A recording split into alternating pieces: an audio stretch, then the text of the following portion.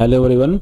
आज हम डिस्कस करेंगे सीबीएसई का सैम्पल पेपर जो सीबीएसई ने अभी सीबीएसई ने लॉन्च किया है, डिक्लेयर किया है। तो ये सीबीएसई की साइट पे पड़ा हुआ है और वहाँ से मैंने जो है यहाँ पे डाउनलोड किया है। इसको मैं यहाँ पे एक्सप्लेन करूँगा। देखो, क्योंकि अब की बार सीबीएसई ने 2 टर्म में सिलेबस डिवाइड कर रखा है और जो एग्ज़ाम होंगे अब की बार वो 2 बार ही होंगे। एक बार आपके नवंबर दिसंबर में होंगे और एक बार आपके मार्च अप्रैल में होंगे।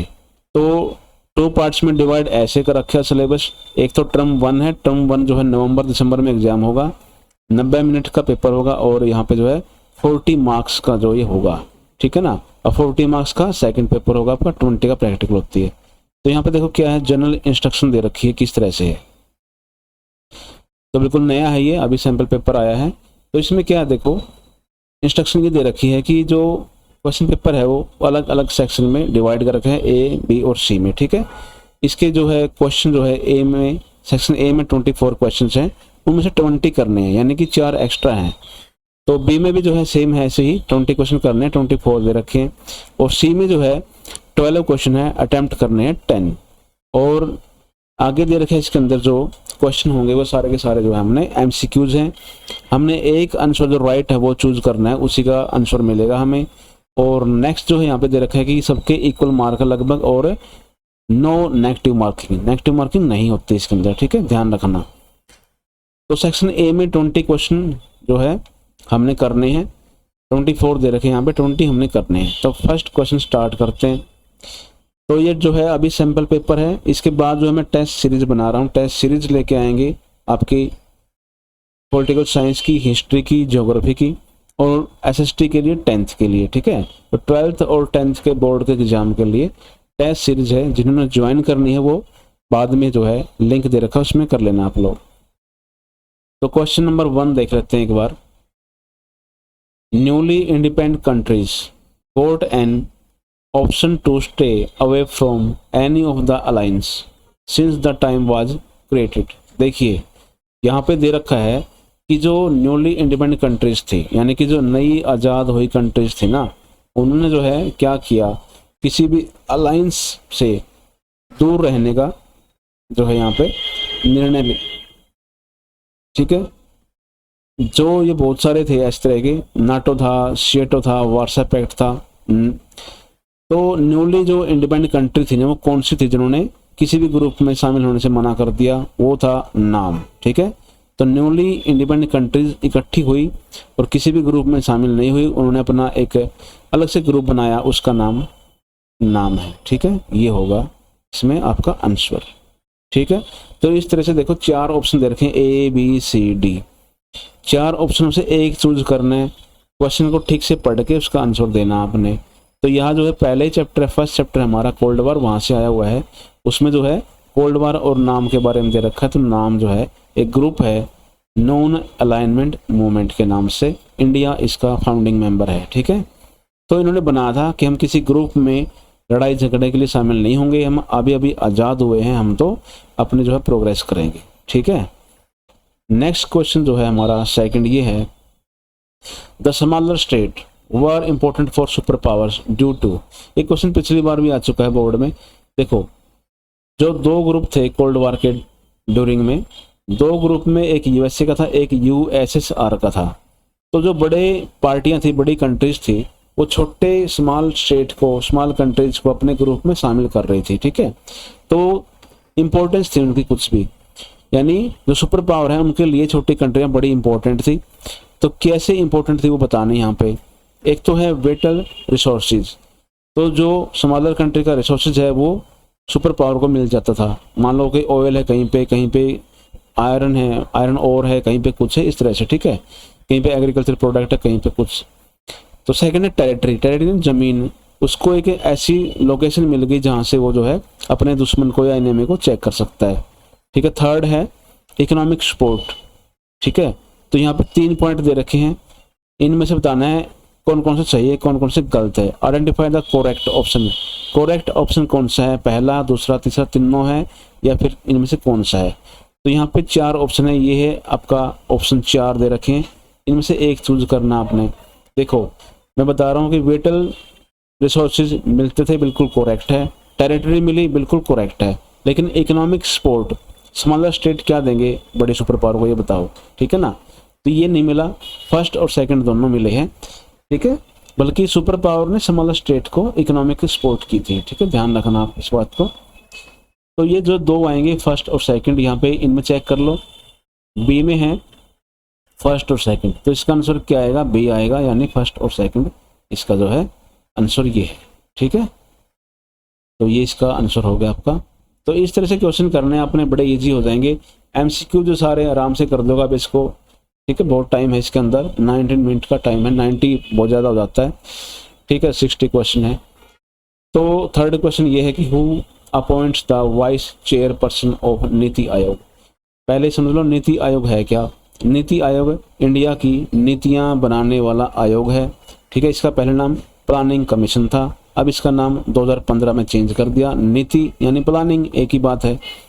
तो प्लानिंग कमीशन या फिर नीति आयोग का वाइस चेयरमैन कौन अपॉइंट करता है, इनमें से कौन सा ऑप्शन सही होगा। देखो, प्राइम मिनिस्टर है, प्रेसिडेंट है, चीफ एग्जीक्यूटिव ऑफिसर है और फाइनेंस मिनिस्टर है। तो पीएम करेगा, सीधी सी बात है, ठीक है।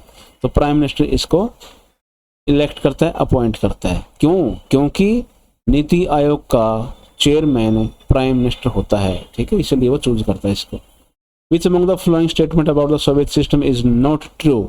सोवियत सिस्टम के बारे में स्टेटमेंट दे रखी हैं, उनमें से कौन सी जो है वो ट्रू है और कौन सी ट्रू नहीं है बताना है, ठीक है। नॉट ट्रू बताना आपने।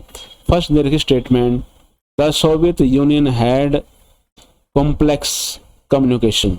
अब ये एक एक पॉइंट पढ़ते रहो, ट्रू और नॉट ट्रू है उसको आप देखते रहो। ये नॉट ट्रू है, ट्रू देखना आपने। Soviet Union had complex communication, बिल्कुल ये एक ट्रू बात है, क्योंकि सोवियत यूनियन का बहुत ही कॉम्प्लेक्स कम्युनिकेशन था, ठीक है।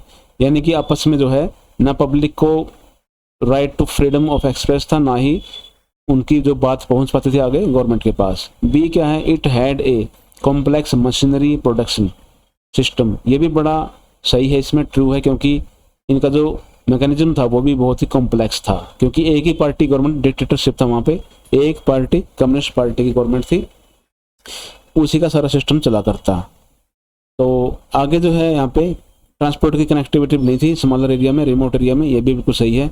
सी क्या, देखो, it had a domestic consumer industry that product everything from pin to car. ये भी बिल्कुल राइट है, क्योंकि जहाँ पे डिक्टेटरशिप होती है, कम्युनिज्म होता है, जैसे चाइना में आजकल, उस तरह से जो है क्या है कि वो डोमेस्टिक प्रोड्यूसर होता है, यानी कि हर चीज अपने ही देश में बनाते हैं, वो कुछ भी बाहर से नहीं इंपोर्ट करते, ठीक है। जैसे चाइना ने कर रखा है, चाइना में एक पार्टी का राज है, दूसरी कोई पार्टी नहीं, पब्लिक के पास कोई राइट नहीं, गवर्नमेंट जो कहती है सब कुछ सरकारी होता है, वहाँ पे गवर्नमेंट इंडस्ट्री होती है और पिन से लेके कार तक बनाते हैं। ऐसे ही सोवियत यूनियन में हुआ था, ठीक है, लेकिन बाद में फेल हो गई वो स्कीम, इनकी चल नहीं पाया, लेकिन चाइना में चल गई वो गवर्नमेंट, ठीक है। तो यहाँ पे क्या है, ये भी सही है। अब डी देखो, सोवियत यूनियन डिसइंटीग्रेटेड इन 1992, यहाँ पे ये गलत है, ठीक है।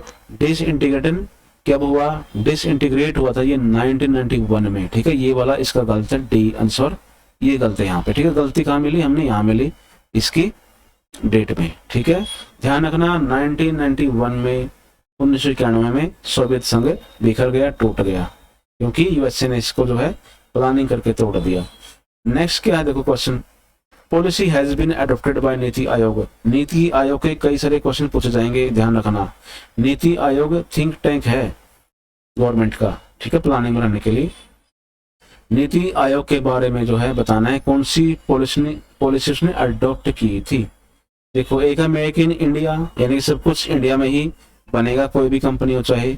मेड इन इंडिया, भाई इंडियन कंपनी होगी, इंडिया ही बनाएगा। स्टार्टअप इंडिया, नया बिजनेस स्टार्ट करना। आयुष्मान भारत, हेल्थ सिस्टम को प्रोडक्ट करने के लिए, ठीक है।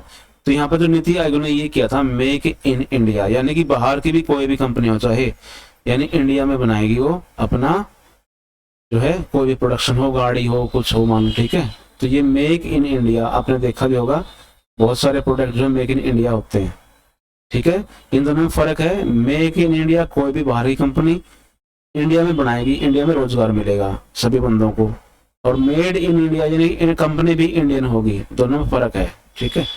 नेक्स्ट हमारा क्वेश्चन है, Who were the three leader who floated in area of नाम? आइडिया जो नाम का आइडिया किसके दिमाग में आया था, या फिर कौन थे वो लीडर जिन्होंने नाम एक ग्रुप बनाया नॉन अलाइनमेंट मूवमेंट? तो 3 लीडर ये रहे स्टार्टिंग में ही। देखो, नेहरू था इंडिया से, टीटो था और नासिर था। ये 3 लीडर थे स्टार्टिंग में। 2 और थे, 5 लीडर स्टार्टिंग में थे ये। एक यूगोस्लाविया का, एक यहाँ पे इजिप्ट का, एक इंडोनेशिया का, एक अपना इंडिया का, ठीक है। और ये जो है 4-5 लीडरों ने मिलके जो है नाम बनाया था। तो ये 3 नाम आएंगे आपके। फर्स्ट इसका ये आ गया, ठीक है। तो ये आपका आंसर हो गया यहाँ पे। तो इस तरह ध्यान देना, अपने जो भी क्वेश्चन पढ़ो क्या पूछ रखा है। Where did Pakistan conduct its nuclear test? Pakistan ने न्यूक्लियर बॉम्ब बनाए, उनका टेस्ट किया, कहाँ पे किया? उनकी हिल कौन सी है? देखो, कारगिल तो इंडिया में है, नागा हिल भी इंडिया में है, पटकाई भी। तो कौन सी रहेगी? चगाई हिल। चगाई हिल कहाँ पे है? पाकिस्तान में है। उसने वहां पे अपना न्यूक्लियर टेस्ट किया था, ठीक है। जैसे हमने बनाया 94 में और 98 में, फिर उसने भी बना लिया, अभी मैं भी बनाऊंगा, ठीक है। इंडिया ने बना लिया। तो which was the biggest challenge before the newly independent India? जैसे इंडिया आजाद हुआ, इंडिपेंडेंट हुआ, उसके सामने कौन से बड़े चैलेंज थे और सबसे बड़ा चैलेंज क्या था, ये बताना है। फर्स्ट, नेशनल इंटीग्रेशन, राष्ट्रीय एकता। दूसरा है इंडस्ट्रियलाइजेशन। तीसरा है पॉपुलेशन। और चौथा है अनएम्प्लॉयमेंट। देखो, अनएम्प्लॉयमेंट एक जो न्यूली इंडिपेंडेंट कंट्री के लिए जो है बिगेस्ट चैलेंज नहीं था, क्योंकि ये तो कभी भी हम दूर कर सकते हैं। पॉपुलेशन भी जो है बाद में देख सकते हैं, इंडस्ट्रियलाइजेशन भी बाद में देख सकते हैं। भाई देश में उद्योग लगाने बाद में लगा लेंगे, पॉपुलेशन तो देखना कंट्रोल करना भी बाद में कर लेंगे, रोजगार बाद में दे लेंगे। लेकिन सबसे पहले जो है एकदम से क्या करना पड़ेगा? नेशनल इंटीग्रेशन, राष्ट्रीय एकता जरूरी है। क्योंकि भारत में उस टाइम 562-63 जो है प्रिंसली स्टेट थी, राज्य थे अलग अलग राजाओं के, नवाबों के। अगर वो सारे आजाद हो जाते तो भारत के टुकड़े टुकड़े हो जाते उस टाइम पे ही, क्योंकि एक तो भारत का टुकड़ा हो ही गया था अब पाकिस्तान के रूप में, तो 563-62 और भी टुकड़े हो जाते हैं, ठीक है। इसीलिए जो है पहले क्या करना था काम, भारत को एक करो, फिर इसको जो है इंडस्ट्री लगाओ, एम्प्लॉयमेंट जनरेट होगी, पॉपुलेशन कंट्रोल करो, वो सब पॉलिसी बाद में बनेगी। लेकिन सबसे पहले जरूरी है देश की एकता और अखंडता, ठीक है। तो ये हमारा यहाँ पे था। नेक्स्ट क्वेश्चन बड़ा इजी है। तो ये था हमारा क्वेश्चन। तो इसमें हमने देखा कि किस तरह से यहाँ पे ये ले लो। अब है which of these statement about non alignment movement is incorrect? नाम के बारे में पूछ रखा है, कौन सा इनकोरेक्ट है, ठीक है। जो है नॉन अलाइनमेंट मूवमेंट जो है उसके बारे में इनकोरेक्ट बताना है। enabling newly decolonized countries to pursue independent policy, बिल्कुल सही है, तो करेक्ट है। क्योंकि जो नई कंट्रियां आजाद हुई हैं या डीकोलोनाइज हुई हैं, कॉलोनी क्या होती है, वे किसी कंट्री ने दूसरी कंट्री पे अधिकार कर रखा है। ब्रिटेन की कॉलोनी था इंडिया भी, आजाद हुआ, डीकोलोनाइज हुआ, ठीक है। तो वो इंडिपेंडेंट पॉलिसी बनाए अपनी। वो दूसरा क्या, refusal to joining any military alliance, बिल्कुल ठीक है, ये तो मेन था इसका पॉइंट, क्योंकि मिलिट्री अलायंस को ज्वाइन नहीं करेंगे, रिफ्यूज करेंगे। थर्ड क्या है, following A policy of neutrality on global issue. तो ये क्या है भाई, जो ग्लोबल इशू है दुनिया में से कुछ भी हो जाए हमने कुछ नहीं मतलब, तो न्यूट्रल रहना हमने, तो ये पॉलिसी है। लेकिन ये इसमें यहाँ पे इनकरेक्ट है, क्योंकि यही वो पॉलिसी है जो नाम के अंदर नहीं है, बाकी सारी है, ठीक है। क्योंकि नाम क्यों बनाया था, वर्ल्ड पीस के लिए, और वर्ल्ड पीस कब करेगा, जब वो इन्वॉल्व होगा ग्लोबल इश्यूज में। न्यूट्रल लेवल से तो कुछ भी कर पाएगा, उसको इन्वॉल्व होना पड़ेगा पीस करने के लिए, ठीक है। वो किसी ग्रुप में शामिल नहीं हो रहा झगड़े के लिए, लेकिन वो शांति कराने के लिए इन्वॉल्व है। हर बात पे उसकी नजर है, ग्लोब पे क्या हो रहा है, इंडिया वर्ल्ड में क्या हो रहा है, ठीक है। फोर्थ पॉइंट क्या है, focus on element of global economic qualities inequalities. तो जो पूरे वर्ल्ड में इकोनॉमिक इनइक्वालिटी है, आर्थिक असमानता है, उसको भी दूर करना एक पॉइंट था नाम का, ठीक है। ये 3 उद्देश्य हैं, ये नहीं है इसका उद्देश्य, ठीक है। ये भी उसका उद्देश्य है पीस करना, लेकिन यहाँ पे क्या लिख रखा है, न्यूट्रल रहना लिख रखा है, ये गलत है। नेक्स्ट क्वेश्चन है, arrange the following in the chronological order of their establishment. तो 4 पॉइंट दे रखे हैं, उनको लगाना है अपने कर्म के हिसाब से लगाना है। कौन सा पहले एस्टैब्लिश्ड हुआ, स्थापित हुआ, बाद में कौन सा स्थापित हुआ। देखो, the World Trade Organization, Amnesty International, ठीक है, 2 नाम और आगे दे रखे हैं। तो वर्ल्ड ट्रेड ऑर्गेनाइजेशन कब हुआ था? ये WTO 1961 में बना था। एमनेस्टी जो है ना, ये 1995 में बना था। ये 1995 में WTO बना, एमनेस्टी बना था 1961 में। लीग ऑफ नेशन 1920 में बना, वर्ल्ड बैंक 1944 में बना।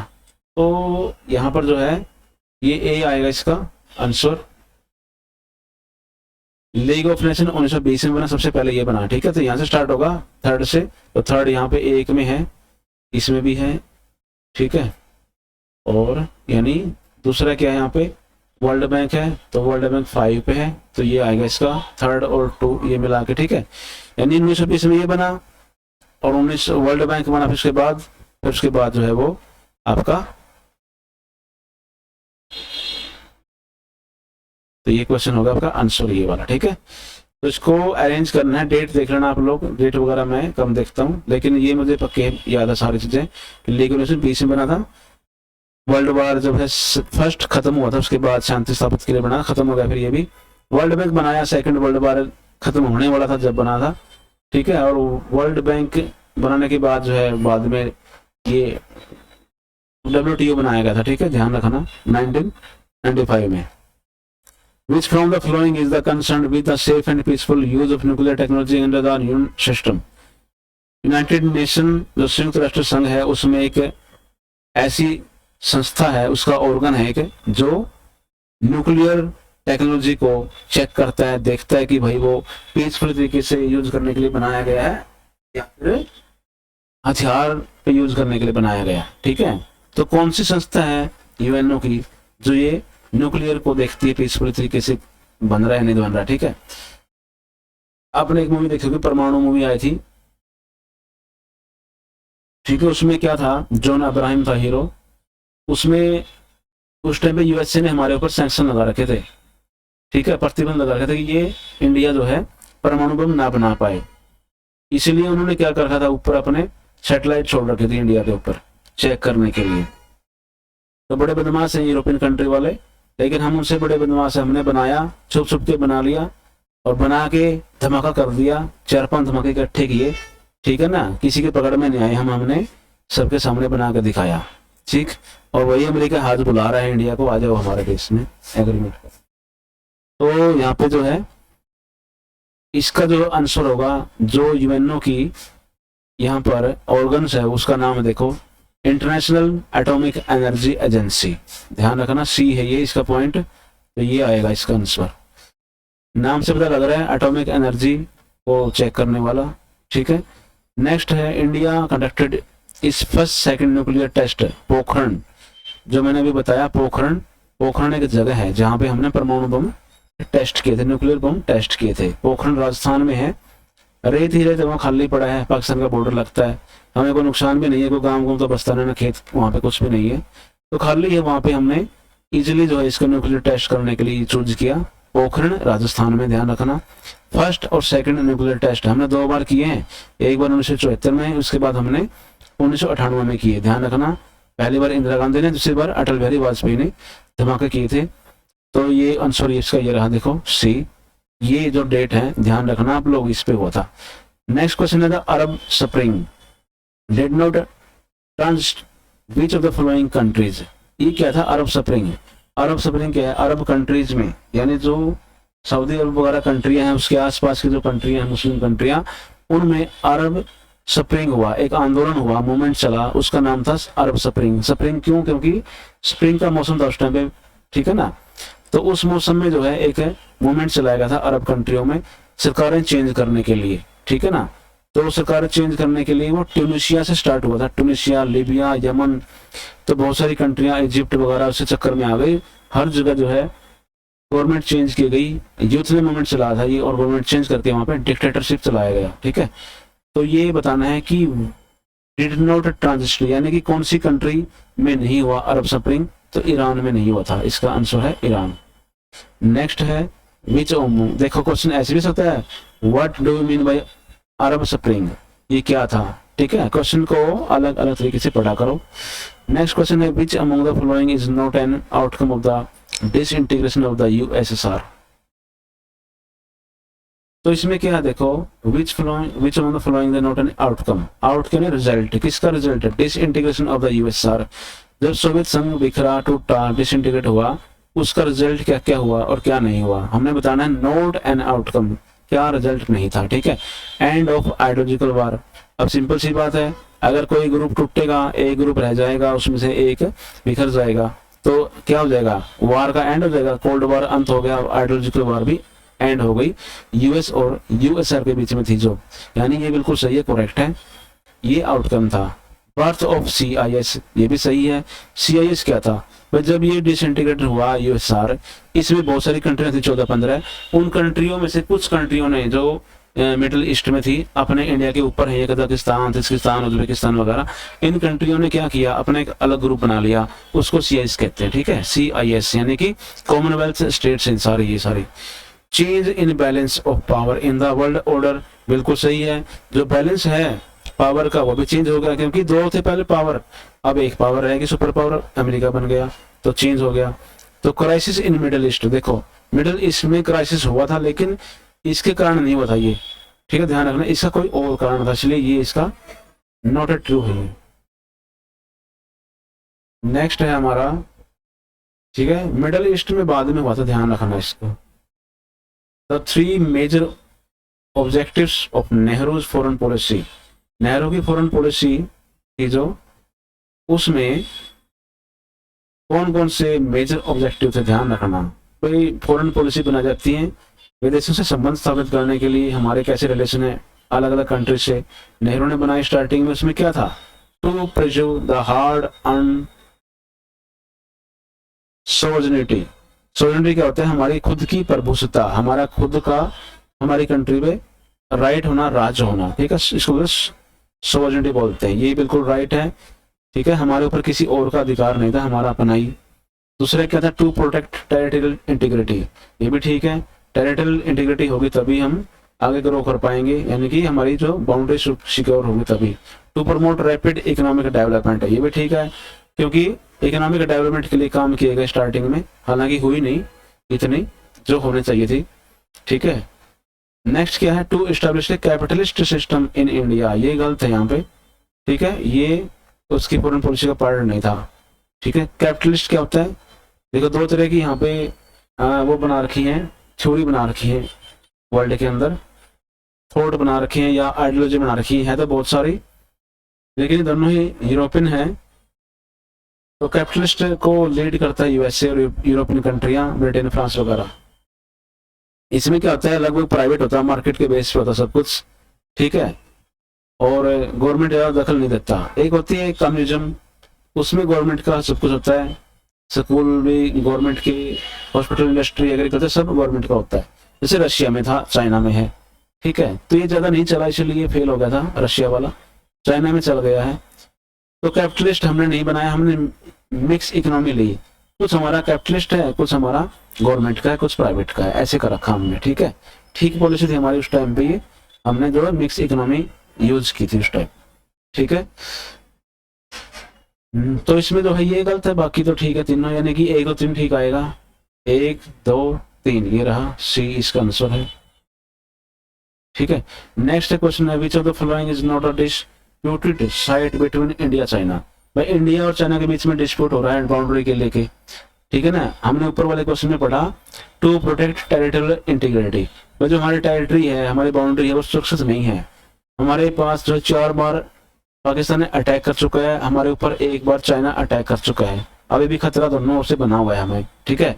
उग्रवादी घुस जाते हैं, कभी कश्मीर में, कभी पंजाब में, कभी राजस्थान में, कभी गुजरात में, कभी मुंबई में, पता ही है सब कुछ, ठीक है। तो क्या है, टेरिटरी हमारी सिक्योर नहीं है, हमारे इंडिया इंडिपेंडेंट होने के इतने साल के बाद भी हमने अपनी टेरिटरी सिक्योर नहीं की। ये फेलियर था स्टार्टिंग की गवर्नमेंट का, उन्होंने कुछ काम नहीं कर पाया, इसके ऊपर ध्यान नहीं दिया। अब जो है इंडिया ने अपने जो टेरिटरी को सिक्योर करने के लिए रोड बना दी है, सुरंगें बना दी हैं, वहां तक रेलवे लाइन, एयरपोर्ट बना दिए हैं, ताकि हमारी फौज तुरंत पहुंच सके वहां पे, ठीक है। तो कुछ ना कुछ तो करना पड़ेगा, इसके लिए सिक्योर होना बहुत जरूरी होता है, नहीं तो हमारे घर में दूसरे लोग घुस जाएंगे। यानी कि हर कंट्री की अपनी अपनी टेरिटरी जो है वो सिक्योर होती है। अमेरिका कितना खर्चा करता है अपनी सिक्योरिटी के ऊपर, चाइना कितना करता है, देखो सभी करते हैं। ठीक है, तो यहाँ पे ये तीनों। नेक्स्ट क्वेश्चन में हमने देख रहे थे कि चाइना और इंडिया के बीच में जो डिस्प्यूट है वो कहाँ कहाँ पे है। डोकलाम में बिल्कुल सही है, गालवान बिल्कुल सही है, देपसांग में भी बिल्कुल सही है, लिपुलेख में नहीं है। लिपुलेख तो नेपाल का और इंडिया का बॉर्डर पे पड़ता है, ठीक है, ये नहीं है, बाकी तीनों है। ध्यान रखना है, तीन जो है चाइना इंडिया का बाउंड्री लगती है, और ये लिपुलेख जो है ये नेपाल इंडिया की बाउंड्री पे लगता है। Next question, Nizam wanted to independ. जो निजाम है वो कहाँ था, हैदराबाद में निजाम था। जब इंडिया इंडिपेंडेंट हुआ उस टाइम पे हैदराबाद बहुत बड़ी एक प्रिंसली स्टेट थी, नवाब का राज था वहाँ पे, ठीक है। तो वो चाहता था कि वो इंडिपेंडेंट बना रहे, क्योंकि 562 उस टाइम पे राजाओं थे, नवाब थे इंडिया में। तो अंग्रेजों ने कह दिया भाई चाहे तो आप आज़ाद रहो या इंडिया में शामिल हो जाओ या पाकिस्तान में चले जाओ, मर्जी आपकी। तो इन्होंने बड़ा इस चीज़ का फायदा उठाया, हैदराबाद के निजाम ने सोचा कि मैं इंडिपेंडेंट रहूंगा, मेरा राज रहेगा हैदराबाद में। लेकिन हमने जो है सेना भेज के इसको काबू में किया बाद में। ये स्टार्टिंग में माना नहीं, कन्विंस करने से माना नहीं था ये, ठीक है, दंगे मचा दिए इसने, तब इसको मार के भगाया, पकड़ा। तो ये क्या है, he entered into the what called standstill agreement with India November 1947 for dash while negotiation with the Indian. तो 1947 में जो है एक एग्रीमेंट के लिए इसको तैयार किया गया, और साथ में नेगोशिएशन चलती रही 1 साल तक। यानी इसमें क्या आएगा, 1 ईयर आएगा, आंसर इसका ए है, ठीक है। क्या था ये, इससे जो है एग्रीमेंट साइन करवा लिया कि तुम जो है क्या करोगे, यहाँ पे इंडिया में शामिल होने के लिए एग्रीमेंट कर रहे हो, ठीक है, वो था। क्योंकि पब्लिक चाहते थे कि इंडिया में शामिल हो जाएं, क्योंकि पब्लिक चाहती है कि राजा का राज ना रहे बल्कि डेमोक्रेसी इलेक्शन का रूल यहाँ पे रहे। नेक्स्ट क्वेश्चन है, the foreign policy is a countries the outcome of her economic policy, these remark were made by. यहाँ पे एक स्टेटमेंट दे रखी है, the foreign policy of a country is the outcome of her economic policy. यानी किसी भी country की foreign policy किस पे डिपेंड करती है, इकोनॉमिक पॉलिसी पे डिपेंड करती है। ये जवाहरलाल नेहरू ने कहा था एक बार, ठीक है। नेक्स्ट है, the high point of the cold war was, the cold war हुआ, कोल्ड वॉर में हाई पॉइंट क्या था, पीक पॉइंट क्या था, क्यूबन मिसाइल क्राइसिस। आपने इसके बारे में पढ़ा होगा। ये क्यूबा एक कंट्री है, उसमें मिसाइल सेट कर दी यूएसएसआर ने, यूएसए उससे डर गया, तो ये पीक पॉइंट था, झगड़ा होने वाला उस टाइम। नेक्स्ट क्वेश्चन है, व्हाट इज एमनेस्टी इंटरनेशनल। ये एक एनजीओ है, ब्रिटेन की है ये, नॉन ओनशन नॉन गवर्नमेंट ओशन एनजीओ कहते हैं इसको। ये बकवास है बिल्कुल, इंडिया ने इसको बैन कर रखा है, पता नहीं क्यों क्वेश्चन पूछ लिया यहाँ पे, ठीक है। इसको पढ़ने की कोई जरूरत नहीं है, कोई क्वेश्चन नहीं आएगा इससे। आगे है, choose the odd one out the following statement. क्योंकि जो एनजीओ है लगभग 20,000 एनजीओ बैन की है इंडिया ने, तो ये भी उसमें शामिल है। एमनेस्टी बहुत बड़ी है, एंटी इंडिया काम कर रही थी ये, बाहर से पैसा लेके इंडिया में गलत तरीके से जो इसको यूज किया जा रहा था, इसलिए इंडिया ने बैन कर दिया इसको, ठीक है। लेकिन कुछ है इंडिया में अभी लोग जो इसको प्यार करते हैं ठीक है, इसीलिए क्वेश्चन डाल रखा है, ये होगा कोई एनसीईआरटी में ऐसा ऐसा। तो नेक्स्ट है हमारा, choose the odd one out of following statement. यहाँ पे जो स्टेटमेंट दे रखी है चूज करनी कौन सी अलग तरीके की है, बाकी सब एक तरह की है, ठीक है। स्टेट जो एक्ट था वो कब लगा, 1956। पार्टीशन कब हुआ, 47। Number of state 512। यहाँ पे प्रिंसली स्टेट 562-63 है, ठीक है, ये गलत है यहाँ पे। नेक्स्ट क्या है, what was the impact of the Indo China conflict the opposition party. भाई चाइना ने इंडिया पे अटैक किया, उस टाइम पे क्या हुआ, बहुत सारी जो विपक्षी पार्टियां हैं इंडिया में, उनमें से एक पार्टी है सीपीआई। ये जो लाल झंडे वाले दिखते हैं ना कहीं कहीं, ट्रेड यूनियन वगैरह बड़े खतरनाक है ये, ठीक है। तो जो सीपीआई पार्टी है, which was in favour of the Soviet Union, grew closer the Congress, ठीक है। तो यहाँ पे जो है एक पार्टी थी जो वो सोवियत यूनियन के फेवर में थी, वो चाइना के फेवर में थी। ध्यान रखना, जब चाइना ने इंडिया पे अटैक किया, भारत की एक ऐसी पार्टी थी जो चाइना को सपोर्ट कर रहे थे। देख लो, इंडिया में रहते हुए, इंडिया खाते हुए, इंडिया से कमाते हुए इंडिया के लोग ही चाइना को सपोर्ट कर रहे हैं इंडो चाइना वॉर में, ठीक है। तो ये सीपीआई थी, गलत पार्टी है, इसका नामो निशान खत्म हो चुका है अब, ठीक है, बहुत ही कम रह गए इसके लोग। तो ये है, तो ये जो है पार्टी थी सीपीआई। तो इसका आंसर हो गया यहाँ पे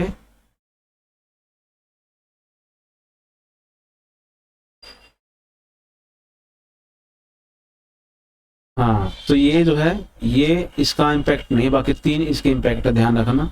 ये नहीं है इसका इम्पैक्ट। इम्पैक्ट पूछ रखा है, व्हाट वाज द इम्पैक्ट, क्या इम्पैक्ट हुआ, इसका कोई रोल नहीं है। ये था इम्पैक्ट कि जो कम्युनिस्ट पार्टी हुआ करती उसमें कुछ लोग चाइना के पक्ष में थे, कुछ लोग इंडिया के पक्ष में थे, तो फिर इसमें जो है ब्रेकअप हो गया, यानी कि ये बिखर गई। और इसके बाद जो है इंडिया के लीडर्स थे जो, उन्होंने क्या किया, नॉर्थ ईस्ट में शांति व्यवस्था बनी रही, इसके लिए बड़े वो परेशान रहे, ये भी ठीक है। नागालैंड को नहीं दिया हमने, ये ध्यान रखना, ठीक है। नागालैंड को हमने स्टेटस नहीं दिया, बाद में दिया था। तो 3 ठीक है, फर्स्ट सेकंड 3 ठीक है, ये वाला ठीक होगा आपका ए, ठीक है। इम्पैक्ट पूछ रखा, ठीक है, ये बिल्कुल। हाँ, ये बाद में कांग्रेस के पास आ गई, यानी कांग्रेस की नीतियों को प्रभावित किया, और कांग्रेस पार्टी में बहुत से लोग इसे शामिल भी हो गए, और कांग्रेस पार्टी को बाद से सपोर्ट भी किया इसने। ये ऐसी पार्टी है जिसने इमरजेंसी 1975 की इमरजेंसी का सपोर्ट किया था, और चीन का सपोर्ट भी किया था। बड़ी खराब पार्टी, एंटी इंडिया पार्टी, ठीक है। लाल झंडे वाले दिखेंगे आपको कई जगह, ट्रेड यूनियन में, आंदोलनों में, मूवमेंट में, रोड पे जाम लगाने वाले बहुत से लोग होते हैं। The Russian Revolution was inspired by the ideal of the adopted to capitalism and the need of the society. तो यहाँ पे दे रखा है कि रशियन रेवोल्यूशन हुआ, वो किससे इंस्पायर था, ठीक है, क्योंकि वो कैपिटलिज्म को अपोज किया करता, और एक सोसाइटी की नीड थी कि किस तरह की सोसाइटी होना चाहिए। तो वो 2 पॉइंट अपने बताने यहाँ पे, एक है सोशलिज्म, इसका आंसर, और एक यहाँ पे पॉइंट है एल्गोरिथम, ठीक है। 2 पॉइंट यहाँ पे। एल्गोरिथम क्या होता है, एल्गोरिथम होता है कि जो पूरा का पूरा इक्वल सोसाइटी बने उसको बोलते हैं, सोशलिज्म भी उसी को बोलते हैं, ठीक है। तो ये है रशियन रेवोल्यूशन, वहीं से आए हैं सीपीआई वाले भी, उन्हीं को फॉलो करने वाले हैं, ठीक है।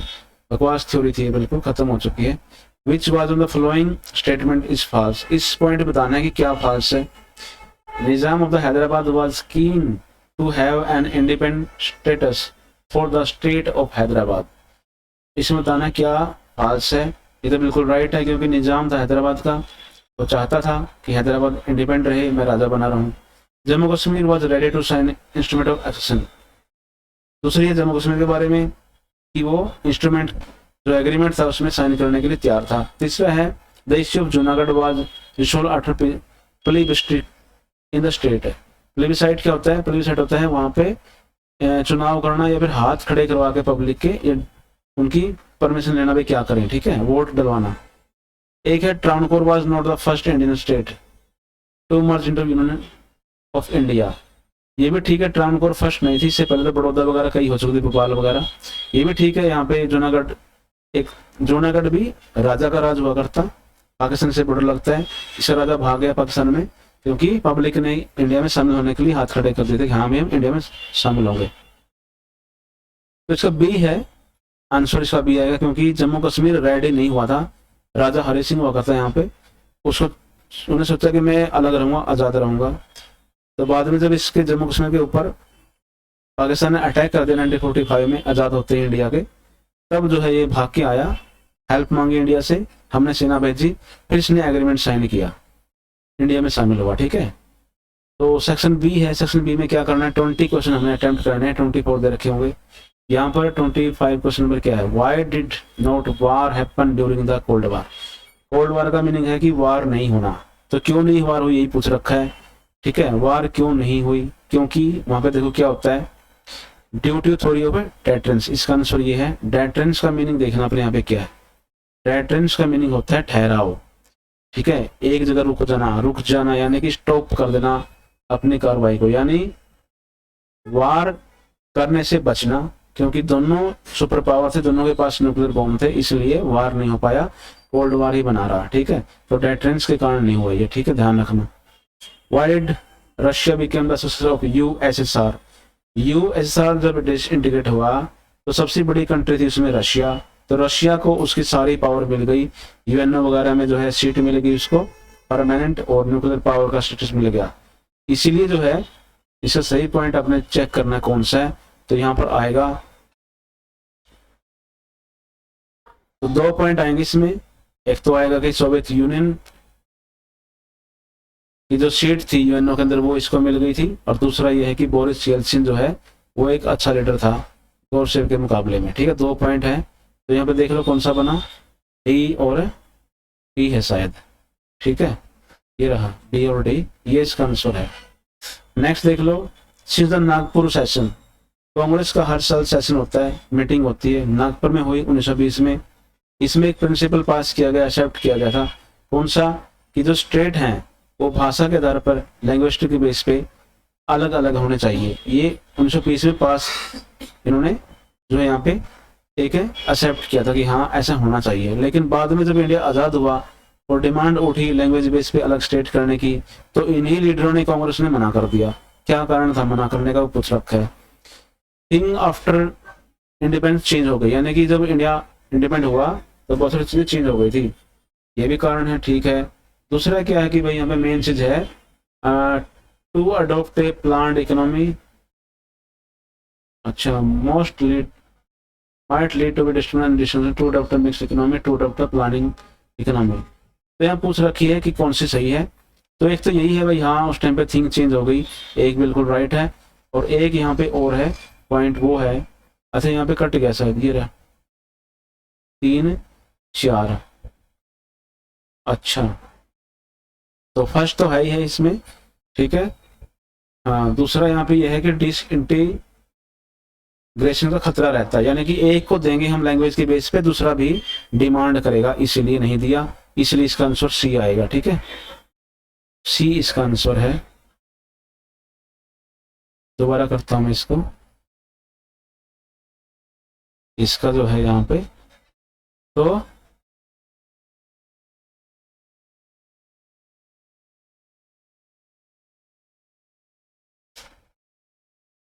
यहाँ पे जो है इसका,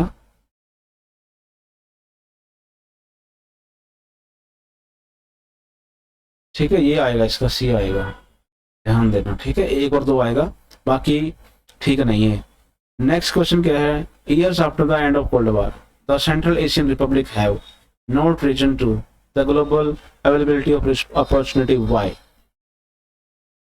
कोल्ड वॉर जब खत्म हो गया उसके बाद जो है सेंट्रल एशिया में कुछ कंट्रीज थी जिन्होंने CIS ग्रुप बनाया था, तजिकिस्तान, कजाकिस्तान वगैरह, वो जो है ग्लोबल अपॉर्चुनिटी का फायदा नहीं उठा पाया। क्यों नहीं उठा पाया, इसका मीनिंग क्या है यहाँ पे, क्योंकि वहां पे एक अथॉरिटेरियन गवर्नमेंट हुआ करती, यानी कि सिंगल जो है एक डिक्टेटर का राज हुआ करता, ठीक है, वर्ल्ड में क्या हो रहा था कोई मतलब नहीं था। नेक्स्ट है हमारा क्वेश्चन, सरदार वल्लभ भाई Patel was interested with the task of a unification of the princely state, which of the following argument is not correct। Not correct बताना है। फिर जब इंडिया का यूनिफिकेशन हुआ प्रिंसली स्टेट का, 562 स्टेट थी, उनको एक किया गया, इंडिया में लाया गया, तो क्या कारण है पटेल को ही ये काम दिया गया, क्योंकि उस टाइम पे पटेल क्या थे, देखो भारत के पहले वो होम मिनिस्टर थे वो, ठीक है, इसीलिए इसको ये काम दिया गया। पहला पॉइंट बिल्कुल ठीक है। अच्छा, नॉट करेक्ट पूछ रखा है, ये तो करेक्ट है, तो नॉट करेक्ट में देखो, he had a long political experience, बिल्कुल ठीक है। He was visionary and good speaker, ये भी ठीक है। इसका आंसर सी आएगा, ये वाला आएगा, ठीक है, ध्यान रखना। इसका आंसर सी है, मुस्लिम लीग वांटेड टू टास्क, क्योंकि मुस्लिम चाहते थे कि सरदार पटेल को ये मिले काम, ठीक है, ये गलत है, बाकी ठीक है। नेक्स्ट क्वेश्चन क्या है, why did the Indian government sign the treaty with the Soviet Union 1971। देखो 1971 में इंडिया पाकिस्तान का वार हो गया था, उसके बाद हमारी जो है यूरोपियन कंट्रियों ने बड़ा प्रेशर डाला हमारे ऊपर, उस टाइम हमारे पास न्यूक्लियर बम नहीं था, तो हमने क्या किया, इंदिरा गांधी थी उस टाइम, तो हमने जो है पाकिस्तान को हरा दिया और बांग्लादेश का निर्माण करवाया। उसके बाद जो है हमने ये जरूर महसूस की कि हमारा वर्ल्ड में कोई खास पार्टनर होना चाहिए, साथी होना चाहिए, जो हमें आर्मी वगैरह के लिए, टेक्नोलॉजी वगैरह के लिए देश की हमें, ठीक है, तो हमने एग्रीमेंट किया सोवियत यूनियन से 1971 में, ठीक है। तो ये क्यों किया था वो पूछ रखा है, व्हाई डिड।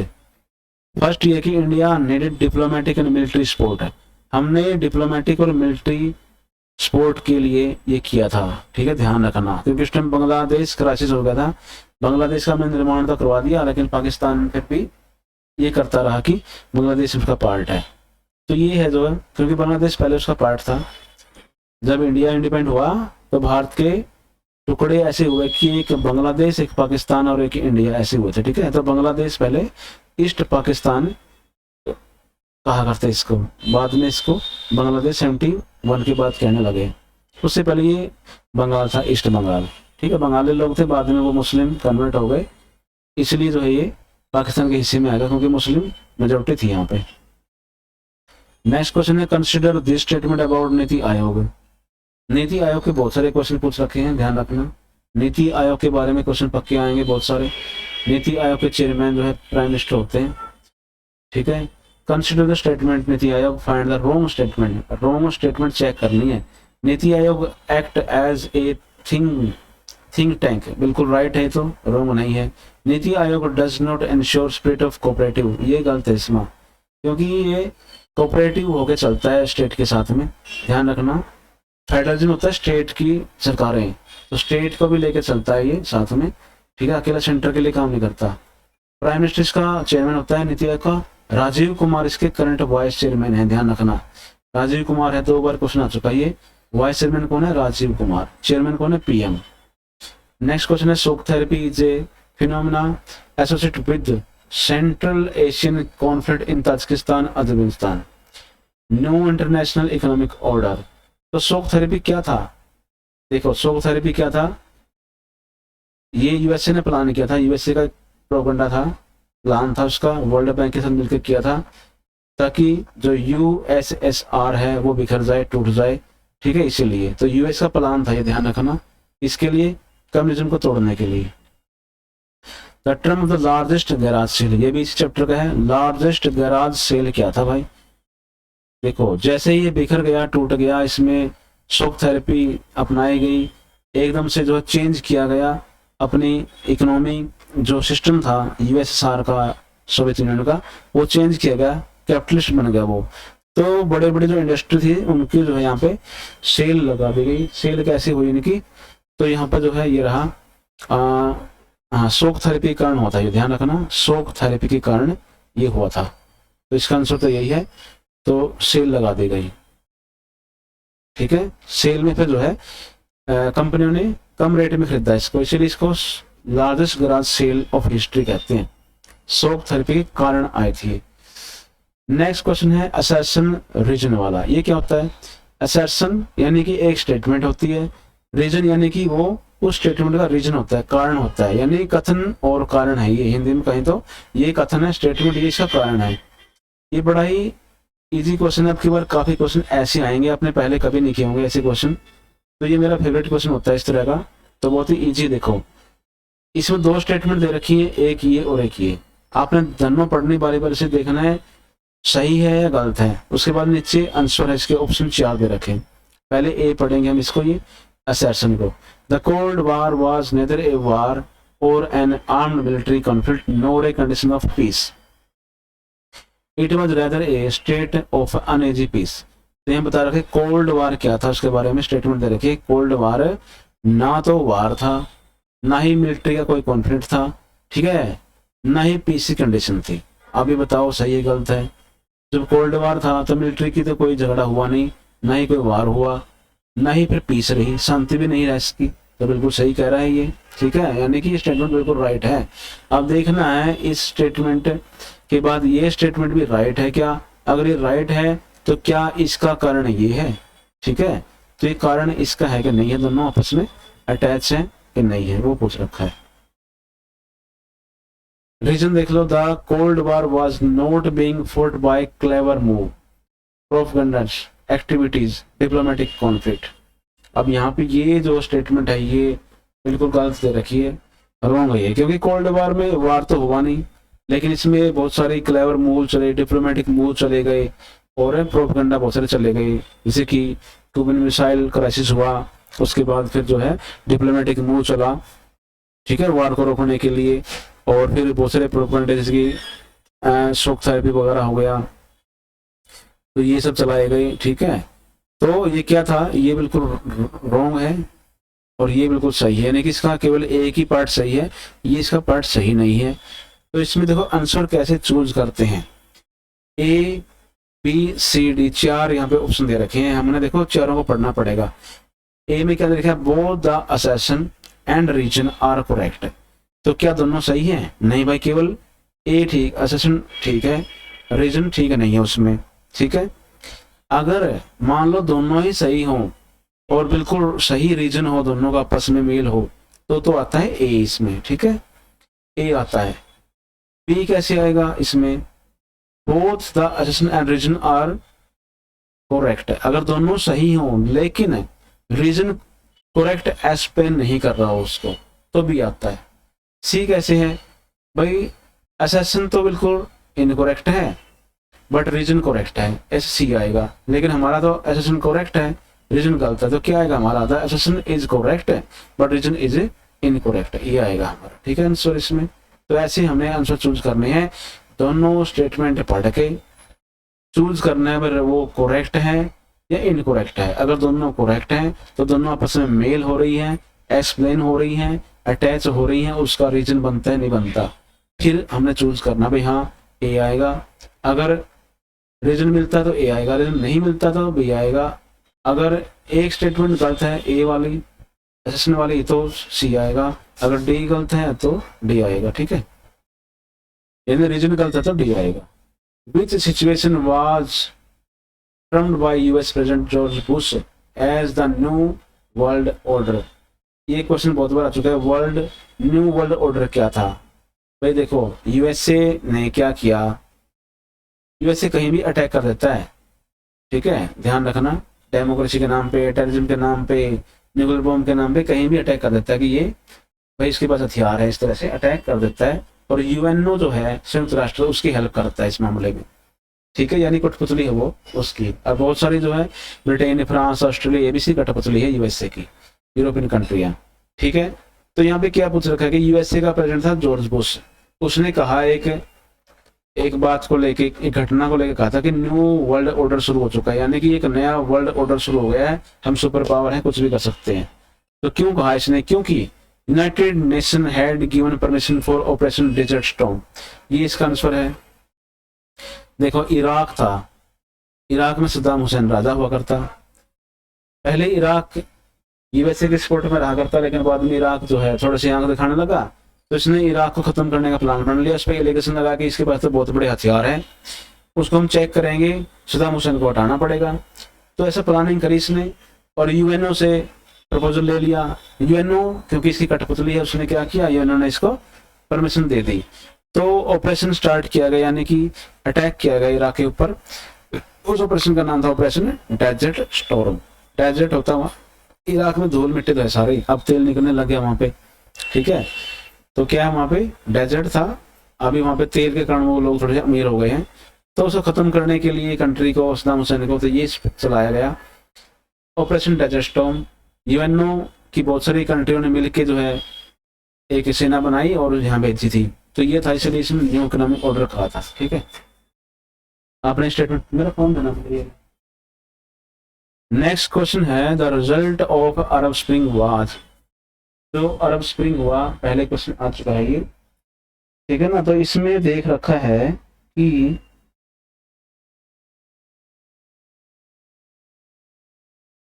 इसमें दे रखा है कि अरब स्प्रिंग का रिजल्ट क्या था। देखो ठीक है ना, तो इसका एक ही था, ध्यान रखना इसको, ऑटोक्रेटिक डिक्टेटरशिप।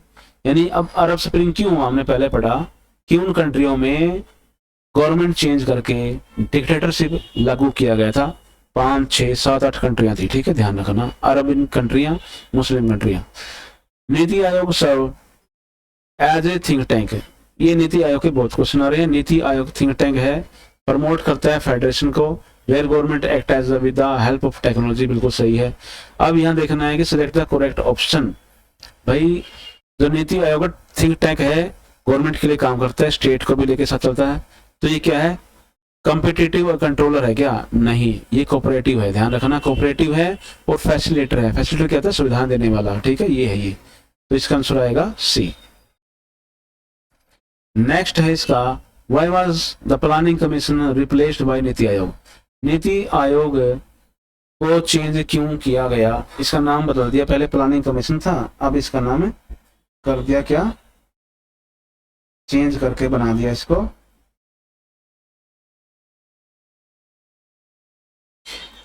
नीति आयोग बना दिया 2015 में। तो इसका मेन कारण क्या था, देखो इसका मेन कारण था यहाँ पर, वो हमने देखना है।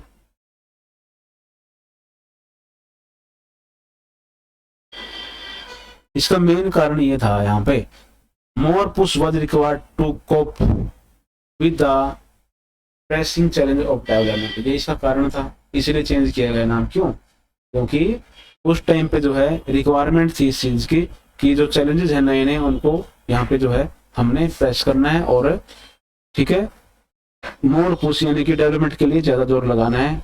तो नाम में से कुछ नहीं रखा, लेकिन फिर भी नीति आयोग, पुराने के एक ही बात है, लेकिन फिर भी नीति आयोग बना दिया इन्होंने, हिंदी का नाम रख दिया, इंग्लिश वाले छोड़ रखे। ठीक है, इसका ये आंसर बनता है। बाकी तो वैसे कहानियां है। Give the contemporary reality of the world, how can the UN play a more important role. देखो ये दे रखा है कि यूएन ने जो है आजकल के टाइम में संयुक्त राष्ट्र का क्या इंपॉर्टेंट रोल हो सकता है। भाई उसका अच्छा रोल बन सकता है अगर वो ठीक से काम करे, लेकिन वो क्या है, वो यूएसए यूरोपियन कंट्री वगैरह के काम में सकता है, या फिर वो चाइना की सपोर्ट में भी रहता है। जैसे कि अभी कोविड आया, कोविड सबने बताया कि चाइना ने फैलाया है, लेकिन इसने एक बार भी जो है यूएन ने चाइना में टीम नहीं भेजी। क्यों नहीं भेजी? क्योंकि उस टाइम पे जो है चाइना ने इसको फंड दे रखा था बहुत सारा, इसीलिए। तो ये बात थी मेन। तो आगे ये है कि गिवन द टेम्पररी, हाँ इसमें क्या है देखो मेन आएगा, अगर इसको अच्छा रोल प्ले करना है यूएन को तो क्या करना पड़ेगा, इसको करना पड़ेगा बाय, ये भी नहीं होगा इसका, regional power calling human rights, ये पाएगा, इसका ए मिलेगा। ठीक है, ए है क्योंकि अगर ये खुल के काम करे ह्यूमन राइट्स पे, ठीक है, या फिर और हेल्थ वगैरह पे या और वगैरह पे, ठीक है, तो ये अच्छे काम कर सकता है, इसके हिस्से में यही आता है। ठीक है, बाकी कुछ नहीं कर सकता ये, ना तो ये कहीं पे पीस सिक्योर कर सकता है, ना ही कि कहीं पे ये डिस्प्यूट को सोल्व कर सकता है जो चाइना यूएसए का हो रहा है। ठीक है ना ही कहीं पे रीजनल पावर दे सकता किसी को। ठीक है, वो अपने अपनी गवर्नमेंट अपने अपने आप करती है डिस्प्यूट वगैरह सोल्व, इसका कोई रोल नहीं है। इंडिया जब आज़ाद हुआ, पाकिस्तान ने कश्मीर पे अटैक किया था, उस टाइम पे हमने जीत ही लिया था सब कुछ, पाकिस्तान तक हमारी सेना चले गई थी, लेकिन हमारे पीएम नेहरू जी ने उस टाइम पे पीस का झंडा उठा लिया और कहा कि भाई हम तो यूएनओ में सोल्व करवाएंगे इस मुद्दे को। तो यूएनओ में ले गया जम्मू कश्मीर के इश्यू को, वो आज तक सोल्व नहीं हुआ। ठीक है ना, तो कुछ नहीं है, दो काम है इसका बिल्कुल यूएनओ का। अरे खाना नहीं आएगा। हाँ खाया नहीं है, खाना तो शायद आ गया है, पता नहीं आया नहीं आया, आ गया। तो नेक्स्ट क्वेश्चन है हमारा, इसमें है in April 1949 North Atlantic Treaty Organization was an association of the 12 state which declare that the arm attack. इसको पढ़ो एक बार।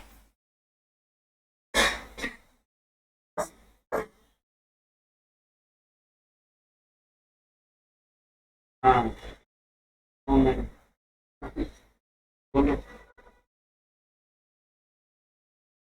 नहीं तो क्या आ गया तू, अच्छा तुम्हें बताया तो फिर किसके पास है, ये तुम्हें थोड़ी देर में करता हूँ। ठीक है,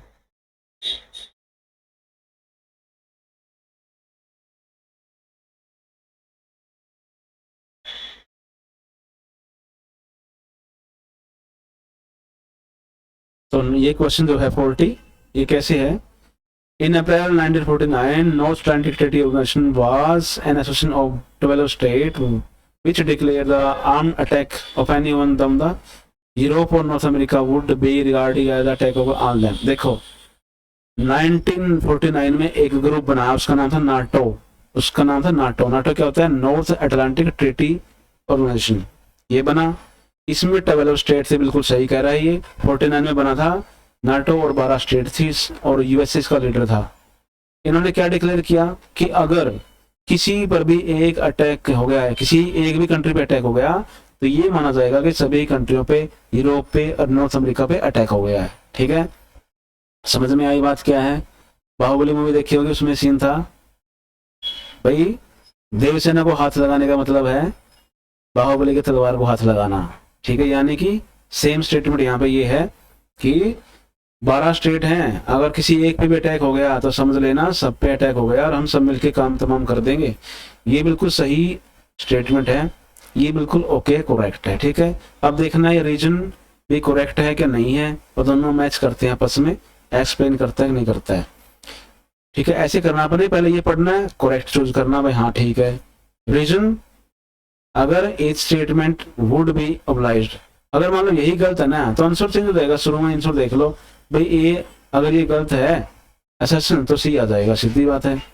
अगर ये गलत है तो डी आ जाएगा, सीधी बात है। अगर दोनों ठीक है और मैच भी हो रहे हैं तो ए आएगा। Each state would be obliged to help together, सभी कंट्रियां आपस में ऑब्लाइज थी, बांधी हुई थी एग्रीमेंट में कि हाँ आपस में मदद करेंगे, हेल्प करेंगे, तभी तो मुकाबला करेंगे 12 मिलके एक का। ठीक है, किसी भी का। तो बिल्कुल दोनों सही है, दोनों ही एक्सप्लेन सही है, तो क्या आएगा? ए आएगा इसका। नेक्स्ट क्वेश्चन है असर्शन रीजनिंग वाला ही। International organisation play a very important role in maintaining peace, peace को मेंटेन करने में इंपॉर्टेंट रोल प्ले करता है इंटरनेशनल, बिल्कुल ठीक कह रहा है, ये करता है। ठीक है, countries have conflict and differences with each other, बहुत सारी कंट्रियों के आपस में कॉन्फ्लिक्ट भी है, डिफरेंसेस भी है, तो ये अगर इसमें कोई इशू चला जाए तो वो कोशिश करता है, हालांकि होता नहीं इससे, तो इसमें यहाँ पे मानना पड़ेगा हाँ दोनों ही ठीक है। ठीक है, ये आएगा इसका ए। नेक्स्ट है all members of the UN have one vote, भाई सभी यूएन मेंबर के पास एक वोट होता है, यानी यूएनओ के 5 ऑर्गन्स होते हैं, संयुक्त राष्ट्र के 5 अलग अलग टीम है। एक तो होती है जनरल असेंबली, जहां पर सभी मेंबर हैं, कंट्रियां लगभग 193 कंट्री मेंबर है इसकी, संयुक्त राष्ट्र की, हम भी हैं, और सबके पास एक एक वोट होता है। लेकिन यहाँ पे ये दे रखा है कि एक सिक्योरिटी काउंसिल बना रखी है, सिक्योरिटी काउंसिल में केवल 5 परमानेंट मेंबर हैं और उनके पास नेगेटिव वोट होता है। नेगेटिव वोट क्या होता है? वीटो पावर है, यानी कि अगर 194 कंट्रियों ने यस कर दिया किसी पे इश्यू पे, लेकिन इनमें से किसी एक ने भी नेगेटिव कर दिया, वोट है ना कह दिया, तो वो प्रपोजल कैंसिल हो जाएगा। समझ गए? इतनी पावर है इनकी 5 की। इन 5 परमानेंट मेंबर में कौन कौन शामिल है तुम बताना, ये तुम्हारे लिए क्वेश्चन है। ठीक है, आप इसको कमेंट सेक्शन में लिखना कि 5 परमानेंट मेंबर कौन कौन से हैं, इंडिया है नहीं है उसमें शामिल। ठीक है, ये क्वेश्चन आएगा, आपका नाम पूछेंगे आपसे, तो वो ठीक है आपका असर्शन। रीजन देख लो, रीजन भी अगर सही है तो देखें क्या हुआ। The developing world consist of countries at many different level of development, भाई देखो क्या है, जो डेवलपमेंट की कंट्री है, डेवलपिंग कंट्री है वर्ल्ड की, वो क्या है? डिफरेंट लेवल है सबका डेवलपमेंट का। भाई कोई कंट्री थोड़ी सी ज्यादा डेवलप हो गई, थोड़ी सी कम डेवलप है, कोई बिल्कुल गरीब है, नहीं, जो डेवलपिंग कंट्री है सबका अलग अलग लेवल है डेवलपमेंट के मामले में। ये भी सही है, दोनों ही सही हैं और दोनों ही मैच हो रहे हैं, इसलिए इसको बी कहते हैं, ए कहते हैं, बहुत है राइट है। तो 5 को परमानेंट मेंबर से रखा है क्योंकि वो डेवलप्ड कंट्री है और स्टार्टिंग में मेंबर हैं, उन्होंने ही यूएनओ बनाया है। चाइना बाद में शामिल हुआ है हालांकि, ठीक है, हमको मिल रही थी, तो क्या हुआ देख लेना आप इस क्वेश्चन का। नेक्स्ट क्वेश्चन है the Soviet Union had become stagnant in administrative and political sense as well. तो ये क्या है, जो सोवियत यूनियन थी, यूएसएसआर, वो क्या बन गई थी? स्टैग होने फंस गई थी, यानी कि ठहरा हुआ था उसके अंदर। स्टैग्नेट क्या होता है? ठहरा हुआ ना, फंस जाना। तो उसके एडमिन में, उसके पॉलिटिकल सिस्टम में, उसके इकोनॉमी में ठहरा हुआ गया। ठीक है, ये बिल्कुल राइट बात है। दूसरा क्या है? The Soviet system was based on the ideology system, ये भी बिल्कुल सही है, दोनों ही सही हैं। और सोशलिज्म में क्या होता है? सोशलिज्म जो होता है आइडियोलॉजी, इसके अंदर सब कुछ गवर्नमेंट के कंट्रोल में होता है, इसीलिए जो है ठहराव आ जाता है, लोग पक जाते हैं कि यार हर रोज वही खाना, हर रोज वही काम, ठीक है। एडमिनिस्ट्रेशन जो है खतरनाक हो जाता है, इसका पॉलिटिकल सिस्टम ठहराव आ जाता है, लोग चेंज चाहते हैं, इसीलिए जो है सोवियत यूनियन बिखर गया था और उसमें यूएसए ने इसको तोड़ने में बहुत सारे प्रोपेगेंडे भी रचे थे, तो ये बिखर गया था, ठीक है। तो ये जो है दोनों बिल्कुल सही है, ए आएगा इसका। नेक्स्ट हमारा क्वेश्चन है, बहुत सारे क्वेश्चन है भाई इसमें, तो काफी टाइम लग गया। Choose the number of incorrect argument है, बहुत सारे आर्गुमेंट दे रखे हैं, इन आर्गुमेंट्स में स्टेटमेंट में हमने चूज करना है इनकरेक्ट है। क्या है देखो, इंडिया क्लेम कर रहा है परमानेंट सीट के लिए सिक्योरिटी काउंसिल में, यानी इंडिया डिमांड कर रहा है कि हमें भी परमानेंट सीट मिले क्योंकि हम भी सुपर पावर हैं। तो क्यों डिमांड कर रहा है, उसका क्लेम है जो, उसमें कुछ उसमें एक बात इनकरेक्ट है, इन 4 पॉइंटों में एक पॉइंट है इनकरेक्ट, हमने चूज करना, बाकी 3 सही मिलेंगी।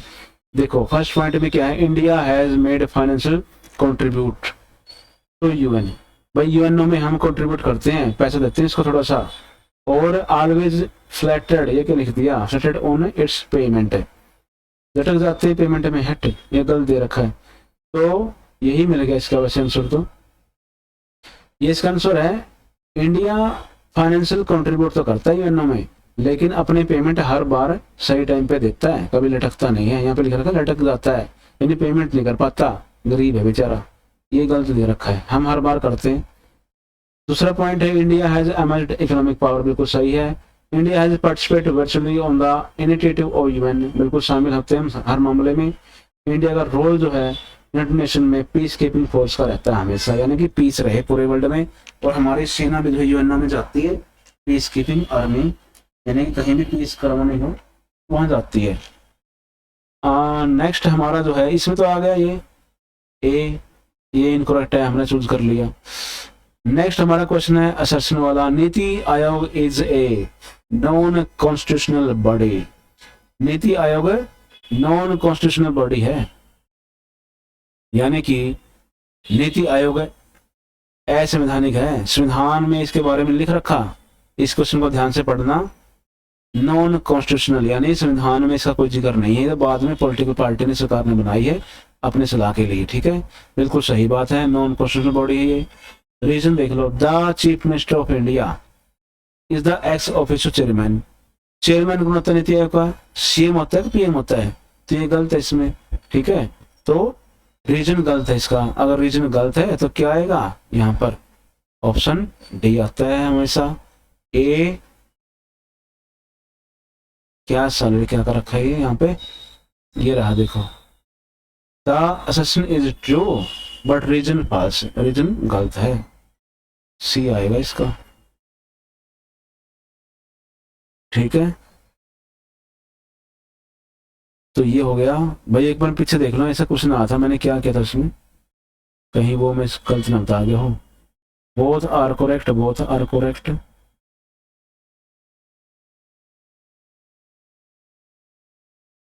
ये था शायद वो, इसमें रीजन इनकरेक्ट डी में लिख रखा है, इसमें रीजन इनकरेक्ट लिख रखा है डी में, और असर्शन करेक्ट लिख रखा है डी ऑप्शन में, रीजन इनकरेक्ट दे रखा है, तो यहाँ पे क्या है,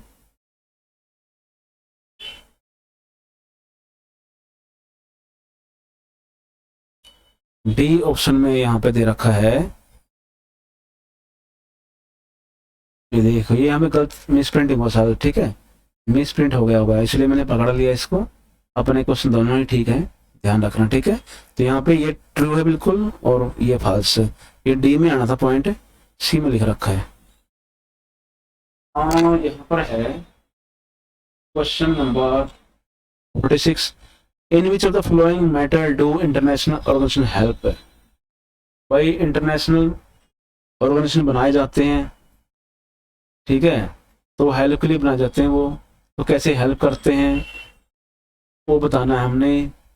इसका ए है, to establish better living condition democratic country, democracy country जहाँ पे होती है उसमें बेटर लिविंग कंडीशन तो वो कंट्री खुद बनाएगी, यूएनओ क्या रोल इसमें, कुछ भी नहीं, इंटरनेशनल ऑर्गेनाइजेशन कुछ नहीं करता इसमें। In matter of peace and war, war और पीस में थोड़ा सा ये कर लेता है, लेकिन इसका इतना रोल यहाँ भी नहीं रहता।